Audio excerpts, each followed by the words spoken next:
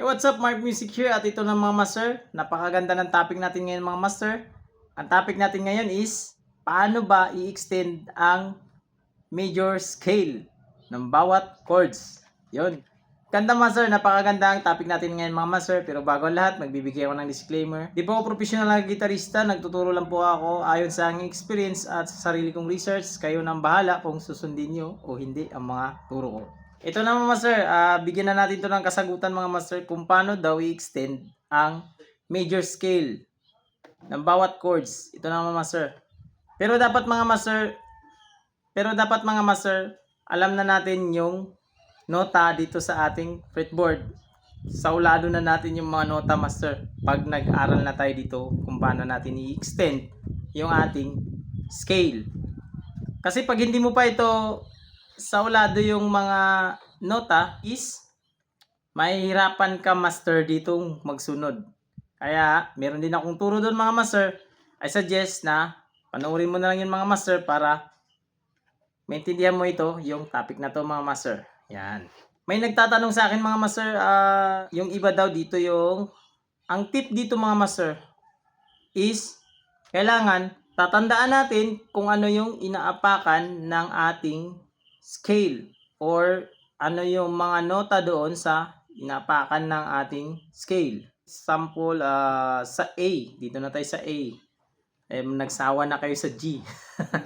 Puro G. Ngayon, dito na tayo sa A. Yan.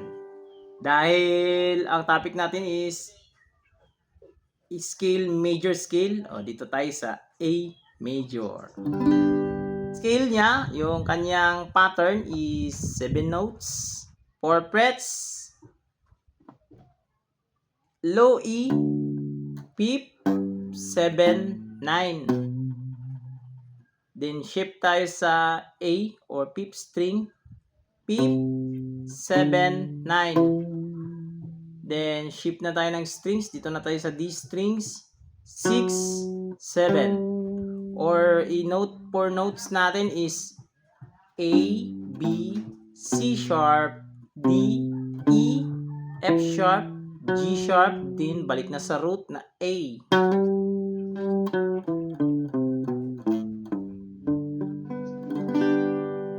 May nagtataka mga master, pito lang yung scale, yung nota sa scale.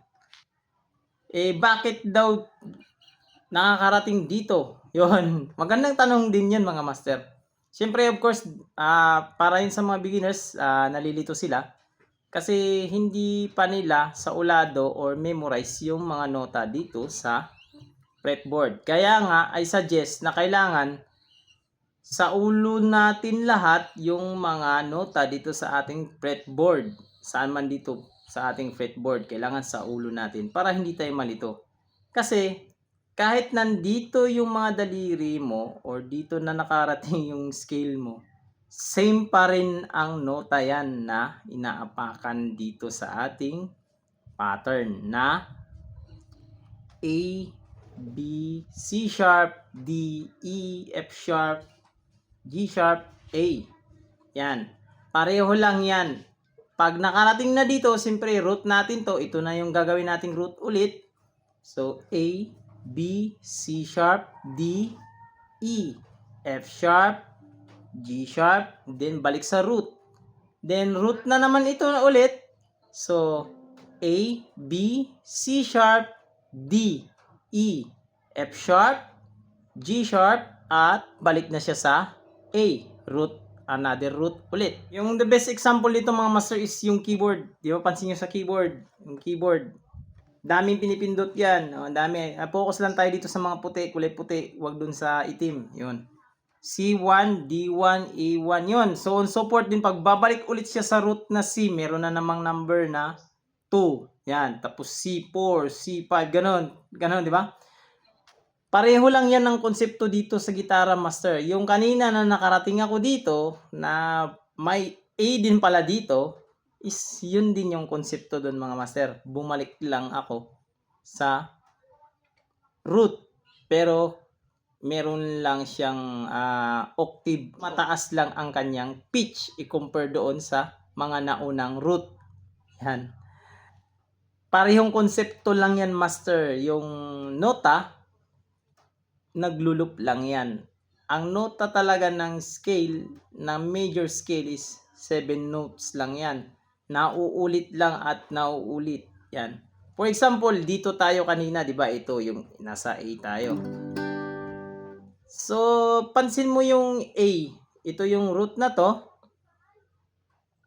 is yung root dito sa ating D string 7th fret, pareho lang din siya dito sa ating E string 5th fret.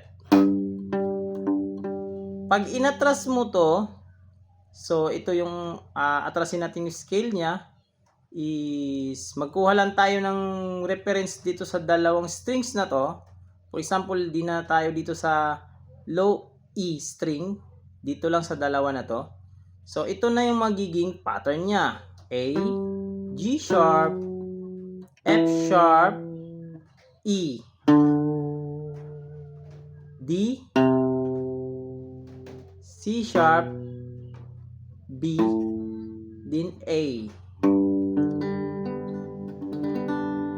Depende lang yan sa reference mo kung saan mo gusto ilagay yung root mo. Yan. Hindi yung, di ba, for example, dahil key of C tayo, dapat dito tayo mag-start ng lead. Yan, ganyan. Hindi. Pwede ka rin dito sa maliliit na to, sa third string na to.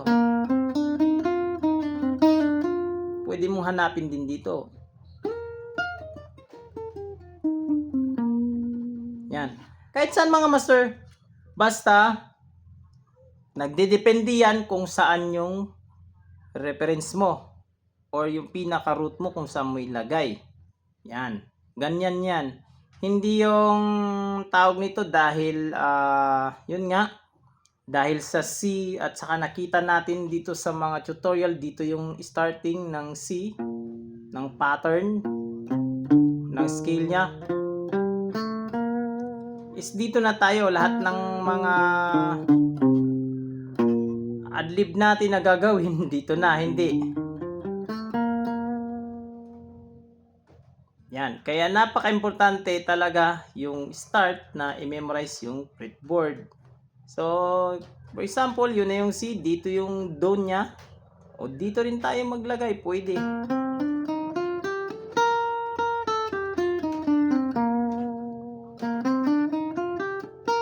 O, do na naman ulit. Another do na naman ulit.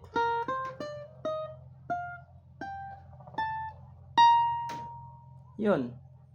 Nagigets niyo, master? Iisa lang yan. Then mag-reference na naman ako dito sa tatlo. Hindi ko na patakbuhin yung doon galing. Yung dito ako galing sa E. O, dito na naman ako mag-reference.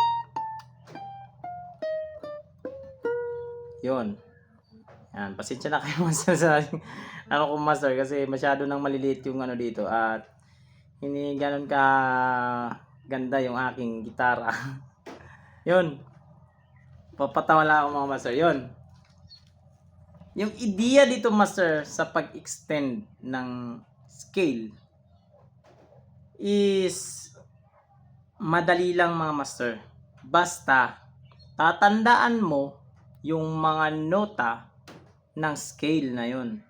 Kasi nauulit at nauulit lang. Magbigay pa ako sa inyo ng example para mas mas maintindihan nyo pa. So D.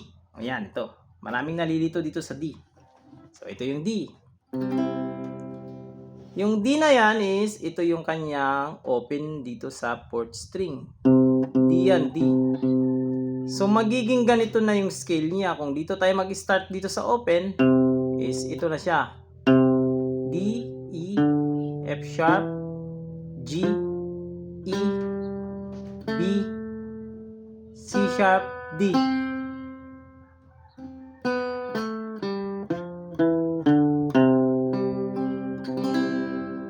Diba? Napakadali lang, mga master. At D rin ito, D. Yung sa ating B string 3rd fret. So dito rin tayo mag-reference.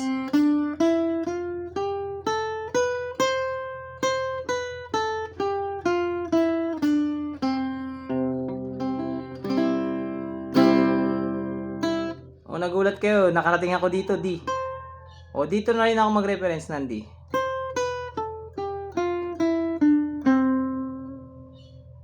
Bagsak sa dito, sa G string 7th fret.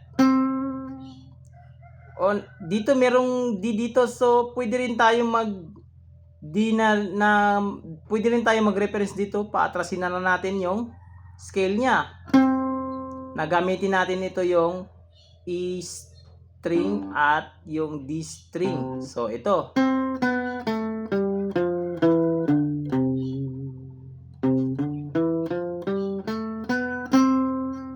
Pwede rin yung pattern na ganito.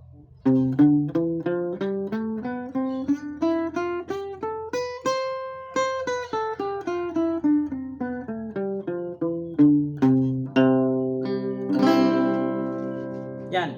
Napakadali lang, master, yung idea nito. Basta, kailangan talaga memorize mo sa ulo mo lahat ng mga nota dito sa fretboard. Yan. Para madaling-madali mo siyang maintindihan yung pinupunto dito. Kasi pag nagmamaneho ka, di ba? Alam mo yung daanan, alam mo yung tatakbuhan mo, alam mo kung saan yung palengke, saan yung eskwelahan, saan yung ospital, di ba? Kasi alam mo ang tinatakbuhan mo. Pag hindi mo kasi alam, siyempre, yun, kung saan-saan ka pupunta, para kang nagmamaneho na hindi mo alam kung ano yung patunguhan mo doon, hindi mo alam kung ano yung dulo. Yun. Yun, mayroon na parang enforcer doon sa kabila. Yun, joke lang mga master. So, yun mga master. Lagi nating tandaan mga master na yung scale is 7 notes lang yan sa major scale. Then, pag extend, basta lagi mong titignan yung do. Doon ka nakapokus. Isa rin yan, focus mo yung do. Yan. At doon ka na naman mag-start ng reference mo para sa start ng scale. Pag pa-extend. Then, pag mapunta ka na sa do, another reference mo na naman yon para pa-extend mo na, pahabain mo na yung kanyang scale. Yan. Ganyan lang kasimple mga master. Napakadali yung ating topic na to. At naiintindihan ito mga master pag nag-aral ng mabuti dito sa ating lesson. Pinag-aralan yung fingerboard. Yun lang mga master. Sana magbigay ito ng daan mga master yung lesson natin ngayon mga master para maintindihan nyo kung paano mag-extend ng ating mga major scale. Huwag tayong mag-stick mga master sa isang pattern lang. Gumawa tayo, mag-explore tayo kasi malay mo baka meron din kayong technique na ma-explore nyo from time to time na nag-aral kayo dito sa gitara. Yan, ito lang muna masishare ko sa ngayon mga master. Peace out, God bless all!